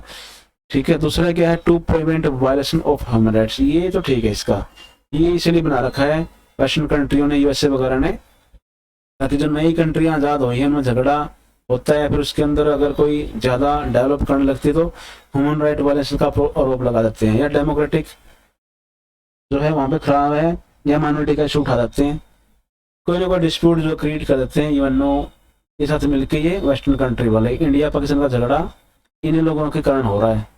ठीक है, तो ये जो है यहाँ पर क्या क्या आएगा देखो, एक तो ये बिल्कुल इसका है सी, यहाँ पे सी किस किस में है, सब में है, ए बी सी डी तो हो नहीं सकता, बी और सी हो सकता है इसका, हाँ ये दोनों है। ठीक है, तो बी और सी है इसका, क्योंकि टेरिटोरियल डिस्प्यूट को सोल्व करना कंट्रियों का आपस का काम है, अगर कोई लेके जाएगा यूएनओ में तब करेगा वो इंटरफेयर, ऐसे नहीं करता। हाँ, वार और पीस में और ह्यूमन राइट्स में दोनों में काम करता है, इसलिए बी और सी है इसका, तो ये अपना राइट है, बिल्कुल बी और सी आएगा, बाकी बकवास बातें। The reorganization of state on the basis of language had a negative effect। देखो, इंडिया में लैंग्वेज के बेस पे पहली बार आंध्र प्रदेश को तमिलनाडु से अलग किया गया, हरियाणा को पंजाब से किया गया, बहुत सारे स्टेट है जिनको लैंग्वेज के बेस पे अलग किया गया। ठीक है, किसी को बाउंड्री के कारण अलग कर दिया, किसी को बड़ी है इसलिए कर दिया, यूपी वगैरह को। तो लैंग्वेज के बेस पे अलग स्टेट करना एक नेगेटिव इफेक्ट होता है कंट्री के ऊपर, क्योंकि एक को कर दिया तो बहुत सारी स्टेट डिमांड करने लग जाएगी, क्योंकि इंडिया में मल्टी कल्चर मल्टी लैंग्वेज है, बहुत सारे लोगों की भाषा अलग अलग है। सुना होगा आपने, कोस कोस पे पानी बदले और 2 कोस पे वाणी, यानी भाषा जो है 4-5 कोस 2-4 किलोमीटर के बाद ही चेंज हो जाती है बोल रही हमारी। तो किस किस को ऐसे अलग स्टेट बनाएंगे, ठीक है, टुकड़े टुकड़े हो जाएगा इंडिया, तो इसीलिए जो है ये एक नेगेटिव इम्पैक्ट है। तो क्यों है वो, इसका आंसर मैंने दे दिया आपको। Movement started in many area of the country demanding the formation of small separate state. अगर ऐसा हो गया तो सभी स्टेट छोटी कंट्री छोटी स्टेट के लिए डिमांड करना शुरू कर देंगे, ये इसका आंसर है। नेक्स्ट है, during the Nehru era why did some political party and group in our country believe that India should be more friendly with the bloc led by the US। भाई जब नेहरू पीएम थे उस टाइम पे बहुत सारे leader political party चाहती थी कि इंडिया जो है यूएसए के साथ फ्रेंडली एग्रीमेंट कर ले या साथ दे उसका। क्यों चाहती थी, क्योंकि ए इसका आंसर, क्योंकि यूएस जो है वो क्लेम करता है कि मैं डेमोक्रेटिक कंट्रियों का साथ देता हूँ और कैपिटलिज्म को प्रमोट करता हूँ, इसलिए। ठीक है, बाकी तो कुछ नया, यूएस ने कभी हमारा साथ नहीं दिया आज तक। यूएस में जो है जो पॉलिसी है वो कभी भी इंडिया की पॉलिसी को सपोर्ट नहीं करता, ये भी सही है। ठीक है, इंडिया की पॉलिसी को कभी ये तो अपनी पॉलिसी चाहता है इंडिया लागू कर ले, हम क्यों करेंगे भाई। ठीक है, और ना ही क्लोज फ्रेंड कभी रहा हमारा ये, इससे अच्छा तो यूएसआर है। ठीक है, रशिया हमारा फिर भी ठीक है, हमारी हेल्प जो है 1-2 बार उसने टेक्नोलॉजी में की है। एक्चुअली परमाणु बम हमने उसने उनसे ही लेके बनाया है, ये कोई लीगल वो नहीं है स्टेटमेंट, वैसे कह रहा हूं मैं। ठीक है, हो सकता है ऐसा हो। सेक्शन सी है ये, क्वेश्चन नंबर 49। इसमें क्या आएगा देखो, यहाँ पर क्वेश्चन आएगा पिक्चर वाला। पिक्चर क्या है, एक कार्टून या इमेज दे रखी है, इसमें से क्वेश्चन आंसर छांटना है आपने। 2 क्वेश्चन आएंगे ऐसे ऐसे, एक मैप का क्वेश्चन आएगा, 2 पैसेज आएंगे, ध्यान रखना। तो ये क्वेश्चन कैसा है, ये बीच में कौन बैठा है, ये कौन कौन है, ये आपका सेकंड बुक का चैप्टर है, वहां से दे रखा है। बीच में हमारे प्राइम मिनिस्टर नेहरू बैठे हैं और ये लोग जो हैं ये अलग अलग स्टेट की डिमांड कर रहे हैं लैंग्वेज के बेस पे। तो choose the first state to be created due to linguistic demand. Language की डिमांड के आधार पर कौन सी पहली स्टेट अलग की गई, आंध्र प्रदेश की गई तमिलनाडु से। ठीक है, दूसरा यहाँ पे ये दे रखा है विजुअली इम्पायर्ड वालों के लिए, अपने लिए नहीं है क्वेश्चन, ये उनके लिए है जो विजुअली इम्पायर्ड लोग होते हैं, कैंडिडेट होते हैं। लेकिन फिर भी हम इसको देख लेते हैं। When did the central government appoint the state organization commission, कब सेटअप किया, 53 में सेटअप किया, फिर इसने रिपोर्ट दी 54 में, फिर अलग हुआ 56 में। नेक्स्ट हमारी जो पिक्चर क्वेश्चन है उसके आंसर देख लो क्या है। ये एक इमेज है यूनाइटेड नेशन का लोगो है ये। इस लोगो क्या क्या मीनिंग है, यहाँ पे सिंबल क्या है, सिंबल पूछ रखा है भाई। ग्लोबल प्रोग्रेस के लिए है, वर्ल्ड पीस के लिए, इक्वालिटी के लिए है, हार्मोनी के लिए है। तो वर्ल्ड पीस का लोगो है ये, ठीक है। इसमें पूरा ये ग्लोब दे रखा है और दो यहाँ पे जो है ओलिव ऑयल की ब्रांच दे रखी है, ओलिव ऑयल नहीं, ओलिव प्लांट के, ठीक है। ये भी जो क्वेश्चन है विजुअली इंपॉर्टेंट के लिए होता है। इसमें क्या दे रखा है, UN was setup through the signing off UN charter. देखो जब सेकेंड वर्ल्ड वॉर चल रहा था तो यूएसए, रशिया वगैरह ने मिलके क्या किया, ब्रिटेन वगैरह ने मिलके एक यूएन चार्टर साइन करवाया। उसमें 51 कंट्री शामिल हुई। उन्होंने फिर कहा कि हम यूएनओ बना रहे हैं, ठीक है। ये है। नेक्स्ट है cartoon based image based question. इसमें भी क्या है, देखो ये दे रखा है, एक हाथ में पीस है यूएनओ का, एक हाथ में वार है। मीनिंग क्या है इसका, इसका मीनिंग ये है कि D nuclearization, use of military power and control the world, believe in peace and moving ahead, colonization of the world not by appreciated। तो यहाँ पे जो है इसका खास जो आंसर है, क्योंकि एक बार पीस एक बार वार दोनों है इसके पास, यानी जो बड़ी कंट्री हैं या फिर यूएनओ के मेंबर हैं, यूएनओ हैं, तो क्या है, पीस भी उनके पास, वार का ऑप्शन भी है, यानी उनके पास सेना भी है उनके पास पीस कमाने के लिए, यानी पूरे वर्ल्ड में पीस शांति रखने के लिए सेना भी जरूरत होती है। तो बिलीव इन पीस, इसका क्या आएगा आंसर, आएगा इसका ये वाला पी आएगा इसका आंसर, ठीक है। Use of military power to control the world, ठीक है। मिलिट्री पावर का यूज करना पड़ता है वर्ल्ड में कंट्रोल करने के लिए, ठीक है, तभी पीस रहेगा। झगड़ा होगा तभी शांति होगी। महाभारत का युद्ध से पहले बहुत परेशानी थी, लेकिन महाभारत युद्ध के बाद भी शांति हो गई। तो ये क्या है, शांति के लिए लड़ना ही पड़ता है, तभी शांति होती है। ये भी एक फैक्ट है। नेक्स्ट क्वेश्चन जो है ये विजुअली इंपेयर्ड के लिए होता है, लेकिन हम भी देख लेते हैं। Within the UN the influence of the US consider to the incorrect reason. Incorrect हमने चकना है भाई, यूएनओ जो है वो यूएसए के प्रभाव में रहती है। जो मैं बता रहा हूँ वही यहाँ पे आ गया कि यूएस का बहुत सारा इन्फ्लुएंस है, प्रभाव है, दबदबा है यूएनओ में। क्यों है, क्योंकि यूएनओ जो है यूएस में स्थापित है। बिल्कुल सही बात है, तो वही है ये, न्यूयॉर्क में, वाशिंगटन में से सारे ऑफिस हैं। US has many national in the UN bureaucracy, ये भी सही है। The US is the largest contributor, बिल्कुल सही है भी। US was the least power, ऐसा इनकरेक्ट चूज करना है हमने, तो ये है इसका इनकरेक्ट। तो भाई जब यूएनओ बना, यूएस बहुत पावरफुल था, तभी दबदबा इसका यहाँ पे लिख रखा है लिस्ट पावरफुल था, यानी कम पावरफुल था। ये गलत है, बहुत पावरफुल था तभी तो उसका दबदबा है, यानी उसने बना रखा है ये अपने चौधर जमाने के लिए। नेक्स्ट क्वेश्चन क्या है, ये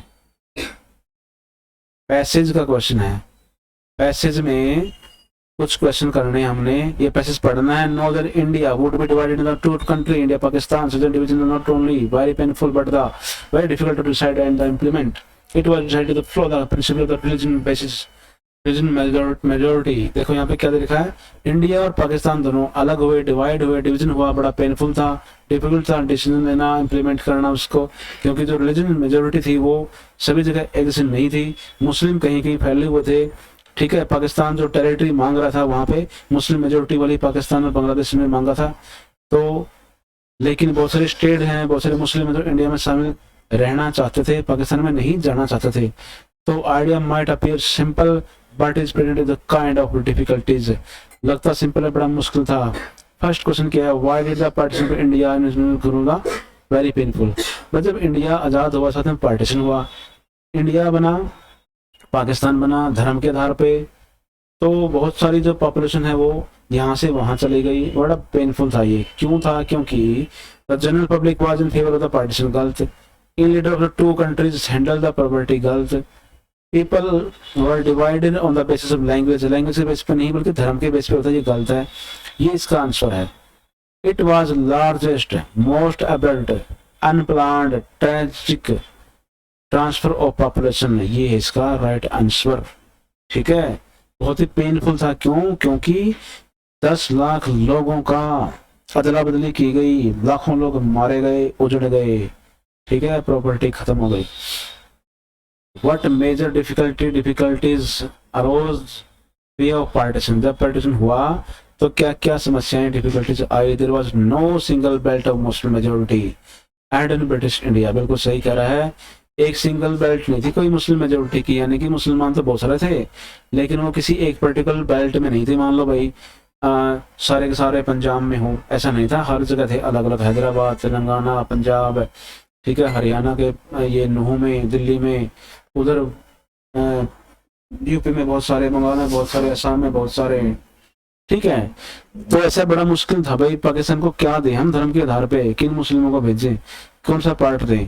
तो उसने पंजाब का आधा पार्ट लिया, बंगाल का आधा पार्ट लिया, क्योंकि वहां मेजोरिटी ज्यादा थी, ठीक है। तो ये सिस्टम था।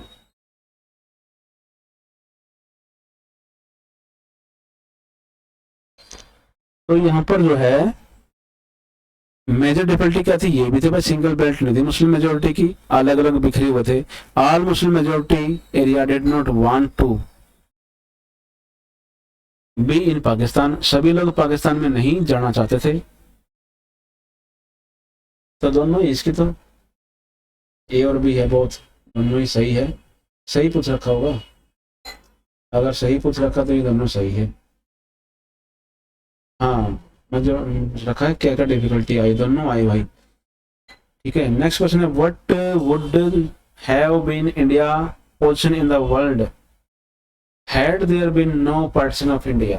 देखो, अगर इंडिया का बंटवारा नहीं होता, यानी इंडिया, पाकिस्तान, बांग्लादेश सारे इकट्ठे होते, तो इंडिया का क्या रोल होता, क्या पोजीशन होती वर्ल्ड में, बहुत पावरफुल होती भाई, इतना बड़ा एरिया था, इतनी बड़ी पावर थी।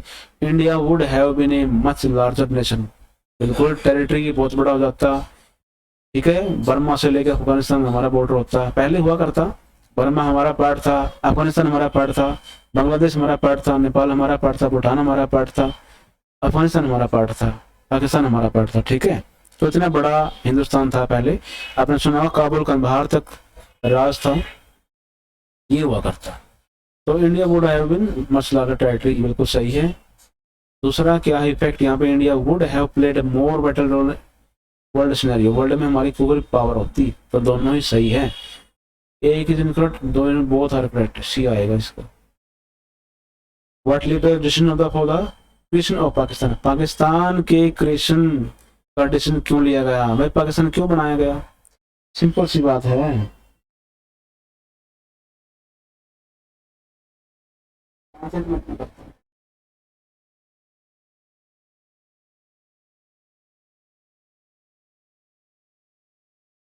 तो यहाँ पर जो है क्यों बनाया गया, क्यों क्रिएट किया गया पाकिस्तान, आपको पता है भाई, पॉलिटिकल पार्टियों का झगड़ा आपस में, यानी पॉलिटिकल पार्टी जो है उनमें कंपटीशन हो गया था कौन राज करेगा, कांग्रेस और मुस्लिम लीग में, बिल्कुल सही है ये। सेवरल पॉलिटिकल डेवलपमेंट 1940, इसमें तो एक ही हुआ था, डेवलपमेंट ज्यादा नहीं हुए। Role played by the British, बिल्कुल ब्रिटिश ने इसको अलग करवाने में बड़ा रोल प्ले करवाया, पहले डिवाइड एंड रूल किया, फिर इनको जो है अलग से इनको वोट डालने का अधिकार दे दिया, फिर इन जो है बड़ा खराब काम किया ब्रिटिश ने, ही अलग करवाया है, उसमें हमारी पार्टियों का योगदान ज्यादा है। Failure of the interim government, बिल्कुल सही है, गवर्नमेंट जो बनाई गई थी 46 से 48 तक रही, वो बड़ी उसने काम नहीं कर पाई सही से। तो ये तो तीन ठीक है, ये वाला इतना अच्छा नहीं है पॉइंट बी वाला। तो यहाँ पूछ रखा है इनकोरेक्ट, तो इनकोरेक्ट भी आ गया इसका, बाकी सब तो ठीक है। ये 40 में कुछ ज्यादा खास नहीं हुआ, केवल मुस्लिम लीग ने एक डिमांड की थी पाकिस्तान बनाया जाए, और तो कोई खास बात नहीं हुई। अगला है क्वेश्चन पैसेज का, पैसेज में क्वेश्चन पूछ रखे हैं आपसे, वो बताएंगे। केयरफुली आंसर द क्वेश्चन, ठीक है भाई। इंडिया न्यूक्लियर पॉलिसी बनाई हमने, वो बनाई पीस ओरिएंटेड, ठीक है। उसका मीनिंग क्या है कि हम नो फर्स्ट यूज, हम पहले यूज नहीं करेंगे, बाद में यूज करेंगे। भाई पहले यूज नहीं करोगे तो दूसरा डाल देगा, बाद में यूज करने के लायक नहीं बचोगे। तो हमारी पॉलिसी फिर भी ये है कि हम झगड़ा करने के लिए बना रहे, हम तो एनर्जी यूज करने के लिए बना रहे हैं। तो नो फर्स्ट यूज हमारी पॉलिसी है। अब हम इसको चेंज कर रहे हैं वैसे, ठीक है। तो हम सिक्योरिटी चैलेंज के लिए बना रहे हैं, भाई हमारे ऊपर कोई अटैक ना करे, इसलिए हमने रखा हुआ है, दिखाने के लिए, डराने के लिए, ठीक है। ये होता है ऐसे, अगर तुम्हारे पास बंदूक है, पिस्टल है, तो कोई डरेंगे लोग तुमसे, हाँ भाई कहीं मार दे। मारना तो हमने नहीं, क्योंकि हमने नो फर्स्ट यूज का पढ़ लिया हुआ है, पॉलिसी है हमारी। तो इसमें हमने देखना है नेशनल रीजनल सिक्योरिटी हमारी ठीक रहे। In addition India committed to ensuring the membership in Nuclear supply Group. NSG एक ग्रुप है जो न्यूक्लियर सप्लाई ग्रुप करता है। अगर हम नो फर्स्ट यूज की पॉलिसी अपना रहे हैं तभी हमें ये लोग न्यूक्लियर सप्लाई के लिए कुछ ना कुछ टेक्नोलॉजी दे देते हैं, नहीं तो देंगे नहीं। अगर हम कहेंगे भी हम तो फर्स्ट यूज करेंगे तो हमें कोई नहीं देगा कुछ भी, ठीक है। और दूसरा है सीटीबीटी एनपीटी, ये न्यूक्लियर का वो है ट्रीटी है दोनों के दोनों हथियारों को कम करने के लिए। तो क्वेश्चन देखना है कि why was the policy of no first use reviewed and changed, क्यों हमने नो फर्स्ट यूज पॉलिसी को चेंज किया और इसको रिवाइव किया, ठीक है। क्यों किया भाई? क्योंकि India is not a peace oriented nation anymore, ये तो गलत पॉइंट है, ये नहीं होगा इसका। India want to be permanent member, ये भी इतना वो नहीं है। India regional and national security is paramount, हाँ ये सही है भाई, हमारे खुद के रीजनल सिक्योरिटी और नेशनल सिक्योरिटी का सवाल है, इसलिए हमने इसको चेंज कर दिया पॉलिसी को, ये इसका आंसर आएगा। नेक्स्ट क्वेश्चन है India wants to ensure its place in United National Security Council. अच्छा देखो, सिक्योरिटी काउंसिल है यूएनओ का ऑर्गन, इसमें 5 परमानेंट मेंबर हैं। हम भी डिमांड कर रहे हैं कि हमारा भी स्थान यहाँ रहे, ठीक है। उसके लिए हमने क्या करना, यहाँ पे पूछ रखा है International Atomic Energy Agency, National Security Guard, missile testing control regime. अच्छा यहाँ पूछ रखा कि India wants to ensure its place in, भाई हम सिक्योरिटी काउंसिल में जाना चाहते हैं, ये है हमारा मेन जो टारगेट है यूएनओ का, ठीक है। डिमांड कर रहे हैं हम, अगर इसमें हो गए तो इन सब में अपने आप हो जाएंगे, ये इंपॉर्टेंट है, इसमें हो गए तो इनमें अपने आप हो जाएंगे, ठीक है। विच of the following correct option for CTBT, ठीक है। ये क्या है भाई? देखो जो एक ट्रीटी हुई थी न्यूक्लियर टेस्ट बैन ट्रीटी इसे बोलते हैं, ये क्या था? ये यूएसए ने, रशिया ने करवाई थी, ब्रिटेन वगैरह ने। तो इसके बारे में पूछ रहा है कौन सा करेक्ट है। इसका देखो यहाँ पे दे रखा है कॉम्प्रिहेंसिव टेस्ट बैन ट्रीटी, इसकी फुल फॉर्म पूछ रखी ये है, ठीक है, सी वाला। नेक्स्ट है India's nuclear policy it's resolve, पूछ रखे इंडिया की जो न्यूक्लियर पॉलिसी है क्या रिसोल्व करेगी? वो establish its regional supremacy, establishment it is a guardian of SAARC, establishing disarmament and regional peace. देखो रीजनल पीस को सिक्योर करना ही हमारी पॉलिसी है, ठीक है। ये डिसआर्ममेंट करना भी हमारी पॉलिसी है भाई, ज्यादा हथियार वगैरह ना रखो, हमने तो इसलिए रखा है ताकि हम तो पहले यूज नहीं करेंगे, हमारा ये क्या है पॉलिसी है, नो फर्स्ट यूज की। तो नेक्स्ट क्वेश्चन है India foreign policy is driven by wide range of factor, India की फॉरेन पॉलिसी जो है वो कैसे बनती है? बहुत सारे इसके फैक्टर हैं, आइडेंटिफाई करना है इनकरेक्ट कौन सा है, यानी भारत अपनी फॉरेन पॉलिसी कैसे बनाता है, इनमें से कौन से पॉइंट है करेक्ट है, कौन सा इनकरेक्ट है। नेशनल इंटीग्रेशन बहुत ही जरूरत है इसकी, तो हमें इसलिए बनाते हैं हम नेशनल इंटीग्रेशन को ध्यान में रखते हुए। प्रोटेक्शन ऑफ इंटरनेशनल बाउंड्री, इसको भी ध्यान में रखना पड़ता है। अलायंस बिल्डिंग हमारा कोई काम का नहीं है, नेशनल इंटरेस्ट है हमारे काम, पास सी है इसका आंसर। भाई अलायंस तो हमने किया ही नहीं कभी, ठीक है, हम तो केवल है अपने नेशनल इंटरेस्ट अच्छे रहें, दूसरी कंट्री से हमारे पीसफुली और अच्छे रिलेशन रहें, इसलिए हम पॉलिसी जो है इसे बनाते हैं ताकि सबसे अपना बढ़िया काम चलता रहे। ये हमारा जो है सैंपल पेपर था यूपी इसका, सीबीएसई का 12th पॉलिटिकल साइंस का, बहुत लंबा बन गया लेकिन पूरा देख के इसको आप देखो, ऐसे ही जो है टाइम लगेगा इसमें थोड़ा सा। इसके अलावा जो है सीबीएसई के नोट्स और टेस्ट सीरीज जो है एमसीक्यू बेस्ड मैंने बना रखी है, वो मैं शुरू करूंगा। वो किसके लिए होगी? वो 12th के 3 सब्जेक्ट के लिए होगी, पॉलिटिकल साइंस की, हिस्ट्री की और ज्योग्राफी की, और 10वीं की एसएसटी की बना रखी है। तो ये मैं अभी स्टार्ट करने जा रहा हूँ इसी महीने से। इसको ज्वाइन करने के लिए आपको क्या करना पड़ेगा? चैनल को सब्सक्राइब करना पड़ेगा, लाइक शेयर करना पड़ेगा, कमेंट करना पड़ेगा कि कौन कौन लोग ज्वाइन करना चाहते हैं। कमेंट में यस करना कि हाँ हम ज्वाइन करना चाहते हैं, यस ज्वाइन, ऐसे, ठीक है। सब्जेक्ट लिखना है 12th के लिए, किस सब्जेक्ट को ज्वाइन करना चाहते हो, ज्योग्राफी, हिस्ट्री, पॉलिटिकल साइंस लिखना है, यस ज्वाइन पॉलिटिकल साइंस, इस तरह से। Okay, thank you. नेक्स्ट जो हम टेस्ट सीरीज लेके आएंगे वो आपके यस पे डिपेंड करती है। इसके लिए आज के लिए इतना ही। Thank you very much.